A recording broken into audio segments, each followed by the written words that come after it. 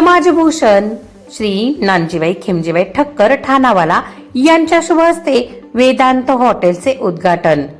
सविस्तर वृत्तांत।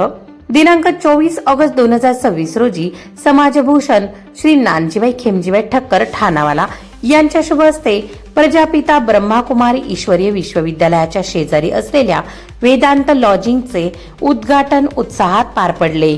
यावेळी श्री नानजीबाई खिमजीबाई ठक्कर ठाणावाला, श्री शिवाजीराव आढळराव पाटील, जिल्हा परिषद सदस्य श्री शंकर शेठ सिनोली, श्री गणपत डिंगरे, श्री पप्पूभाई शेठ, श्री राजेंद्र पुराणी, श्री राजेंद्र पांडेजी तसेच वेदांत हॉटेलचे मालक तसेच सुमारे 400 ते 500 नागरिक उपस्थित होते।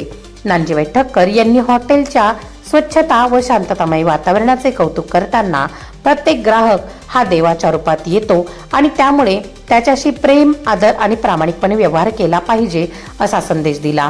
तसेच सात्विकता व नैतिकतेने व्यवसाय केल्यास कुटुंबात देखील सुख शांती नांदते असे देखील यावेळी त्यांनी व्यक्त केले।